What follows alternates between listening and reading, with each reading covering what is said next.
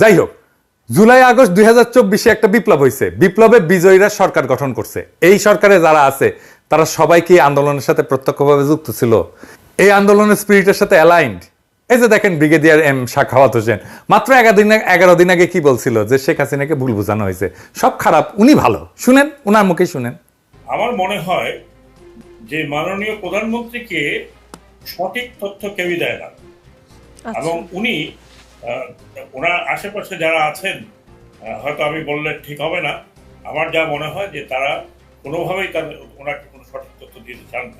তো উনি আসছেন এই তত্ত্বাবধায়ক সরকারে, তো উনি কি হাসিনার কোনো দোষ দেখতে পারবেন? হাসিনার বিচার করতে পারবেন? তো হাসিনা যদি বিচার করতে পারবেন তখন তা বলতে পারলেন না কেন? আর তখন বলার যখন সাহস ছিল না, এখন আসছেন কেন? ওই তো বুঝ শুনছি উনারে নাকি আর্মি ঢুকাইছে, আর্মির কোটায় আসছেন উনি। আচ্ছা, এই যে দেখেন শারমিন মোর্শেদ খান, সারার মোর্শেদের মেয়ে, সে তো জয় বাংলার লোক, আওয়ামী অ্যাক্টিভিস্ট হিসেবে তার শুরু। মুক্তির গান দেখছেন না? এই যে এই মহিলা, উনি শারমিন মোর্শেদ। দেখেন ওই সময় স্মৃতিচারণ করতেছে জয় বাংলার গান দিয়ে। গানটা শোনান, রিটেশ সাহেব না শোনান। বোমারু বিমান মেশিন গান তুচ্ছ করে কামান, কদম কদম এগিয়ে চলেছে গাহি বাংলার গান, জয় বাংলার গান। আর এই যে ডামি ইলেকশনের আগে সে কইতেছে যে আমাদের ইলেকশন কমিশনের আর সরকারের ঢালাও সমালোচনা করা উচিত না। ওনার নিজের মুখে শুনেন, শুনুন। দেখুন, আমার খারাপ লাগছে কোন জিনিসটা জানেন? ওরা যাই করছে সেটাকেই আমরা সমালোচনা করছি, এটাও কিন্তু একটু দুঃখজনক। ইসি যা করছে, হ্যাঁ আচ্ছা ইসি যা করছে, ইসি যা করছে বা সরকার যা করছে, আমরা প্রতিটা জিনিসই তো একটা সমালোচনার চোখ দিয়ে দেখছি, এবং সেটাও কিন্তু একদিক দিয়ে দুঃখজনক।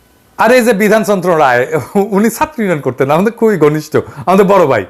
এখন আওয়ামী লীগ করেন, প্রগতি লেখক সংঘ করতেন, জাতীয় মনোরোগ ইনস্টিটিউটের পরিচালক ছিলেন। ওনারা তো এমনি এমনি হাসিনা পরিচালক বানায় নাই, তাই না? এটা তো উনি তো ইন্ডিয়া কোটায় আসছেন। যাই হোক, ও কিন্তু লেখালেখি করেন, বেশ কিছু ভালো বই লিখছেন দর্শন নিয়ে, বিশেষ করে ফ্রয়েড নিয়ে ওনার ভালো লেখা আছে। কিন্তু ওই যে কমিউনিস্ট কুরকুরে নিয়ে আসছেন না, সিপিবিতেও ছিলেন। তাই একটা বইয়ের নাম হচ্ছে যে দান্দিক বস্তুবাদের আলোকে ফ্রয়েড, এরকম আর কি। হ্যাঁ, এক্স্যাক্ট নামটা মনে নাই, এইরকমই নাম হবে আর কি। পড়তে গেছিলাম, পড়তে পারিনি, ভালো লাগে নাই আর কি, কিছু হয় নাই। যাই হোক, উনি বীরঞ্জন রায় নামে লেখেন, ভালো মানুষ, কিন্তু উনি খুবই ভালো মানুষ, লেখাপড়া করা মানুষ, আমাকে অনেক স্নেহ করতেন। এখন করেন কিনা জানি না। খুবই সফট মানুষ, খুবই নরম মানুষ, খুবই নরম করে কথা বলেন, কিন্তু চেতনা শিবিরের লোক। এই তো 3 জন খাস চেতনা শিবিরের লোক দেখাই দিলাম, ঢুকাইলেন তো।